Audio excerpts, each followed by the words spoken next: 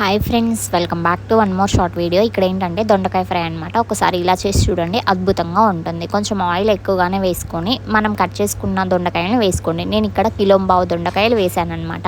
తాలింపు పెట్టుకున్న తర్వాత మనం కట్ చేసుకున్న దొండకాయలు వేసేసుకొని, ఆల్రెడీ ఆయిల్ ఎక్కువ ఉంటుంది కాబట్టి అదే మగ్గిపోతూ ఉంటుంది అనమాట. మనం ఎక్కువసేపు తిప్పాల్సిన అవసరం కూడా ఉండదు ఫ్రెండ్స్. ఒకసారి ఇలా చేసి పెట్టుకోండి, 1 వీక్ వరకు ఫ్రిడ్జ్లో లేకుండా అలాగే ఉంటుందన్నమాట. అండ్ దట్ దొండకాయ అనేది ఎంత మంచిదో తెలుసా? పత్తకారి మీన్స్ ఎవరికన్నా పుండు అయినా కానీ, దెబ్బలు తగిలినా కానీ, పెద్ద ఆపరేషన్ చేయించుకున్న వాళ్ళకి పుండు మానాలి అంటే డాక్టర్స్ ఖచ్చితంగా దొండకాయ పెట్టమనే చెప్తారు. సో నేను యాక్చువల్గా కిలోంబావు దొండకాయలు ఈ పెద్ద కళాయి నిండా ఉండింది. ఫ్రై అవ్వగా చూసారా ఎంత తక్కువ అయిపోయిందో, పావు భాగం అయిపోయిందనమాట. ఇందాక నేను ఆయిల్ ఎక్కువ వేసుకోమని చెప్పాను కదా, దొండకాయలు అనేది ఫ్రై అయిన తర్వాత ఆటోమేటిక్గా ఆయిల్ అనేది పక్కకు వస్తుంది. ఇక్కడ ఏం చేస్తారంటే మీరు ఫస్ట్ ఆఫ్ ఆల్, మీకు కొంచెం దొండకాయ ఫ్రై అయ్యింది క్రిస్పీగా కావాలి అంటే ఆయిల్లోనే ముక్క కొంచెం క్రిస్పీగా అయ్యే వరకు ఫ్రై చేసుకోండి.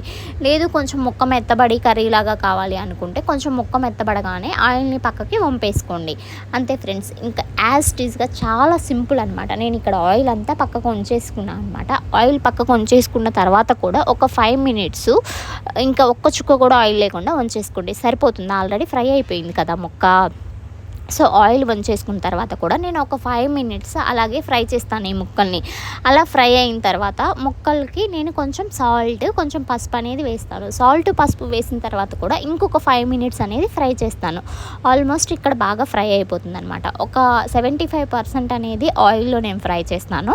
ఆయిల్ వంచేసిన తర్వాత రిమైనింగ్ 25% అనేది కొంచెం ఉప్పు పసుపు వేసిన తర్వాత ఫ్రై చేస్తాను. రిమైనింగ్ అనేది కారం వేసిన తర్వాత ఫ్రై చేస్తాను అనమాట. చూడండి, ఇక్కడ ఇలాగే ఫ్రై చేసుకుంటూ ఉండాలన్నమాట. ఆయిల్ వంచేసిన తర్వాత ఇక్కడ సాల్ట్ వేసేసాను అండ్ దట్ పసుపు కూడా వేసేసాను. కొంచెం 5 మినిట్స్ ఫ్రై అయిన తర్వాత కారం కూడా వేసాను. ఇక్కడ కారం ఏంటంటే ఫ్రెండ్స్, ఎల్లిపాయ కారం వేసుకోండి, చాలా బాగుంటుంది అనమాట.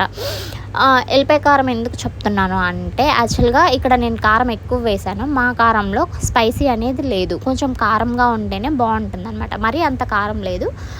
మా కారంలో కారం లేదు కాబట్టి కొంచెం ఎక్కువ వేసాను, అట్లా కనిపిస్తుంది అంతే ఫ్రెండ్స్. నార్మల్గానే ఉండింది. ఎల్లిపాయ కారం అంటే ఏం లేదు, కారం కొంచెం ఉప్పు కొంచెం ఎల్లిపాయలు వేసి రోట్లో వేసి దంచేసుకొని ఆ కారాన్ని ఇలా ఫ్రై అయిన ముక్కలకి వేసేసుకోండి, అంతే.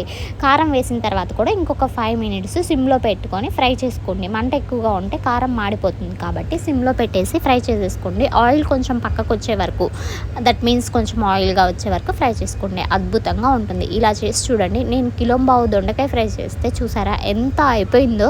యాక్చువల్గా అయితే 1 డేలో తినేసేయచ్చు అనమాట ఈ ఫ్రై అంతా. అంత అద్భుతంగా ఉంటుంది. మీరు